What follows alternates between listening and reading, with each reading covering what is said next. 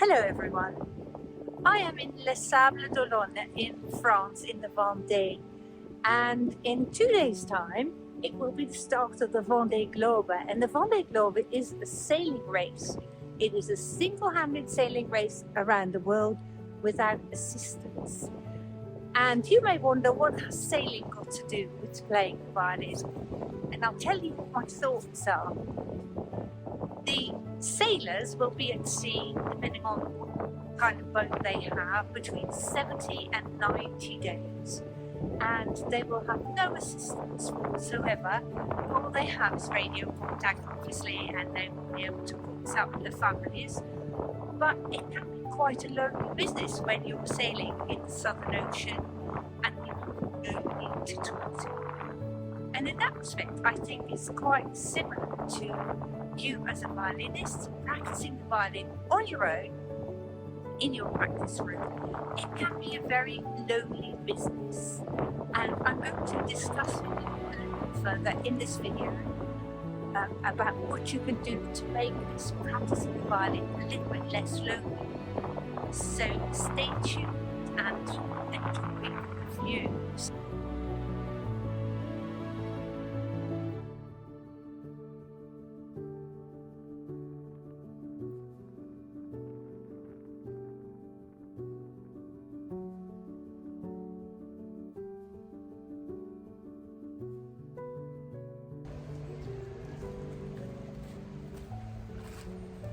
Let's go inside and think about motivation in a bit more detail.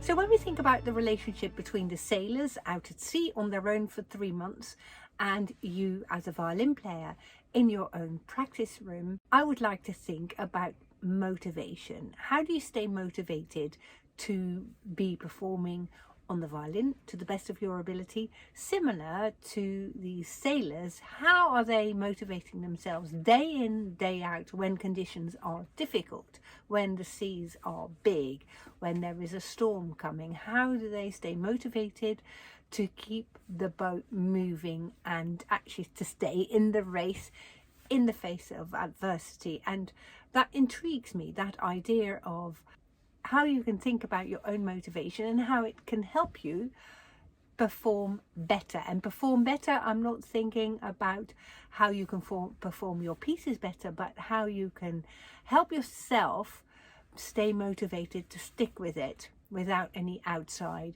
help. And we'll come to that aspect of outside help towards the end of this video, so stay tuned.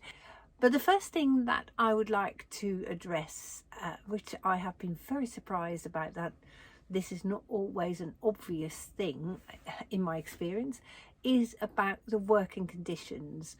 Obviously, these sailors have got boats tailored to them, so the taller people have, some of them have higher cabins so that they have got standing height where they work. Seems obvious to you and me perhaps, but it isn't always. If you're crammed in a space and you're trying to perform to the best of your ability, it is much more difficult. So you want to make the conditions right for your specific way of learning. So that means have a cozy space where you work in, where you play in. Make sure your room is warm enough and that you've got enough ceiling height to be able to bow comfortably. Obviously, you may have noticed that if you are playing in lower ceilinged rooms, it's not always easy to play the violin because your bow is going to hit the ceiling. So, but getting your working conditions right, having the right lighting, leaving your violin out so that it's easier to pick it up the next day.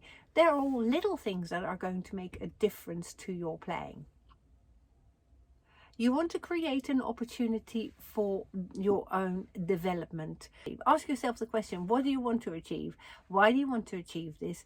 And how are you going to achieve it? So setting your expectation in a realistic way is a big part of your motivation. I mean, if I'd never sailed at all, it is not a realistic motivation to get on a boat and try to circumnavigate the world. It seems logical, but you'd be surprised at the number of people that phone me and say, I've never played the violin, when can I play the Beethoven Violin Concerto? It's not a realistic expectation. And sometimes I have to be really firm with people and say, look, you know, it's not a realistic expectation to expect that you have never played the violin today and you can play the Beethoven Concerto at the end of this year. So set your expectation realistically, and then decide for yourself, is there a reward? Do you need rewards? Does that float your boat? No pun intended. And what can your reward be? Play to someone, play to your best friend and say to them, look, you know, I've practiced this, would you listen to me? Or do a video recording, although I'm not always in favour of recording yourself on video. For some people that actually works. Record yourself after 1 week and then record yourself after 6 months again. Do you hear a difference? So it's that sort of controlled motivation that might help some people. And then there is, of course, the intrinsic motivation, and lots of violinists need lots of intrinsic motivation. They just want to achieve that goal, regardless of what it's going to take. Now, obviously, you've got total autonomy. You can choose whatever you want to learn, but make sure you tone down your own expectations, because learning to play the Beethoven Violin Concerto, sticking with the same example,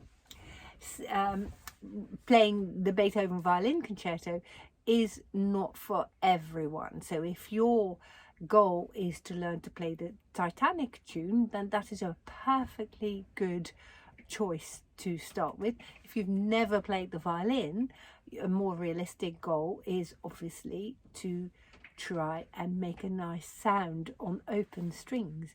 So be realistic with what you are going to achieve, but you've got total autonomy as to what you're going to learn, but within limits, I'd say.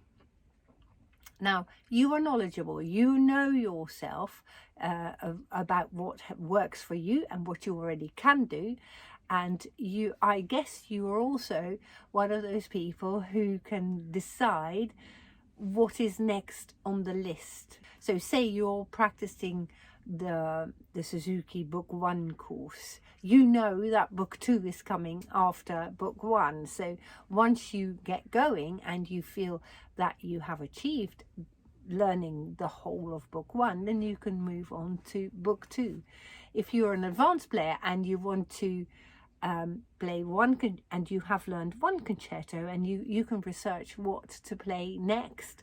So that is how you can keep motivating yourself, because you know what's going to come next. Now, of course, another aspect of intrinsic motivation is how you relate to others, and that is an aspect of self-taught learning that is a whole lot more difficult, because it's you in your practice room.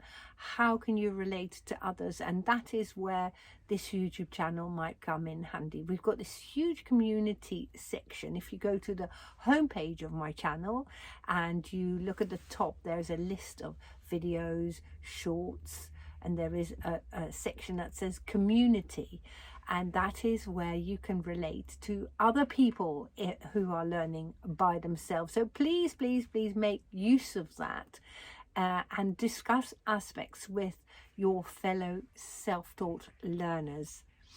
Now, I have tried to make this aspect of being able to relate to people easier, and I'm hoping that I have succeeded to a certain extent in making it easier for you to your fellow self-learners by having the memberships and by having the live classes, so that you can discuss with me and with other people things that you want to learn about violin playing. Of course, we have the vast resource of the internet. That wasn't available when I was young, because it was literally one violin player in their own room, and nowadays you can relate to other people by looking up things online. And in my experience, with great success, you guys are able to research how you solve certain problems. Now, what helps as well is to have a practice chart, and you can download various music practice charts from the internet. And if you are going to write very specifically the targets of what you're going to achieve in these practice charts, it will make your learning a lot easier.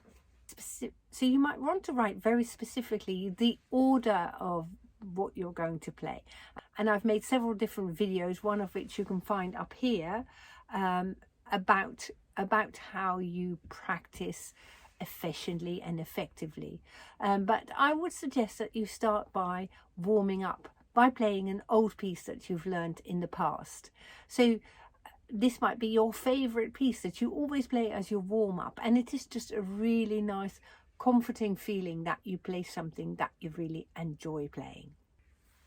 Now, after playing your warm-up and playing your favorite piece, you might start to play your newest piece, because the mind is fresh, you've just got into it.